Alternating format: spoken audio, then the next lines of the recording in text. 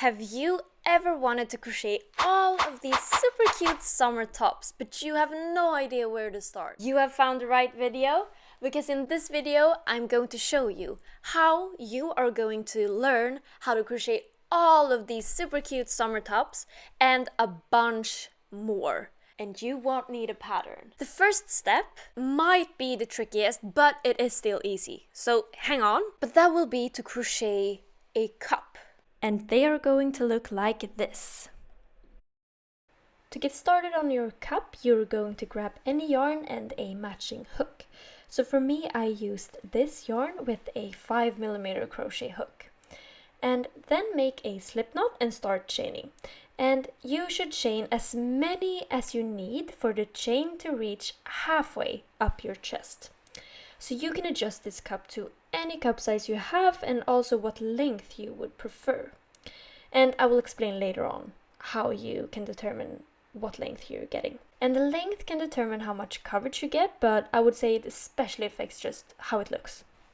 So for me, that is going to be like here.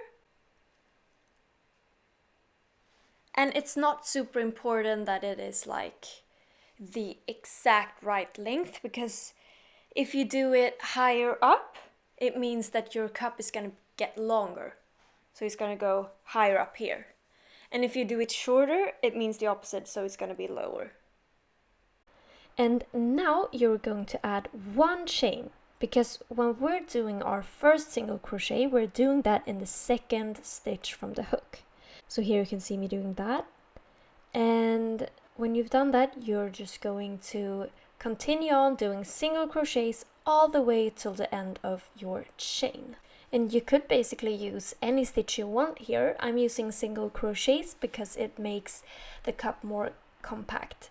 Because if you would use like half double crochets or double crochets even, that will create more holes in the cup. And yeah, I prefer my cups not to be see-through. And I also would say that that makes them easier to use because you don't need to have like something underneath or... yeah. Let's get back to crocheting. So the special move about this pattern is in this last stitch. Here we are going to make 3 single crochets in that last stitch. And this step is what is going to make the cup this triangular shape. And now it is very important that you mark the middle stitch with a stitch marker. So in the second stitch of the 3 single crochets that you just did in that last stitch, you are placing this stitch marker. And then you're continuing doing single crochets all the way down on the other side of the chain. And when you do the single crochets here, it can be harder to see where you should crochet your stitches. But don't worry about crocheting in the exact right place. Just go with your vibe and try to find like where it will get even, I guess.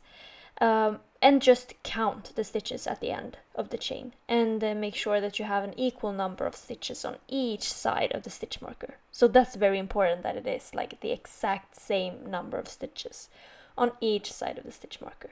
So here you can see me counting and all was fine. So I continued crocheting. So just turn your work and repeat the exact same thing again.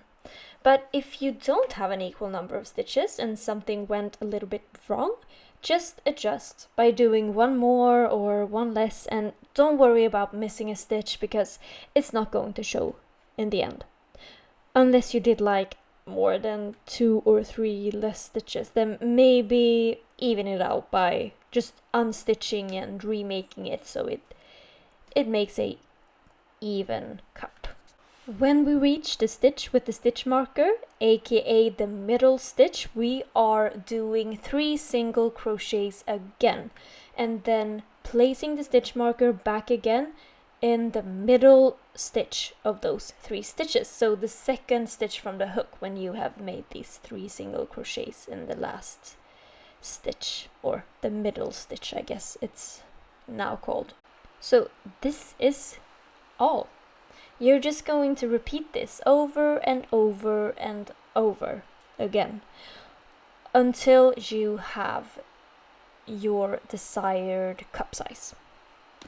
And if something feels off, just make sure to count your stitches before you turn your work, so you make sure that you always have an equal number of stitches on both of the sides of the stitch marker.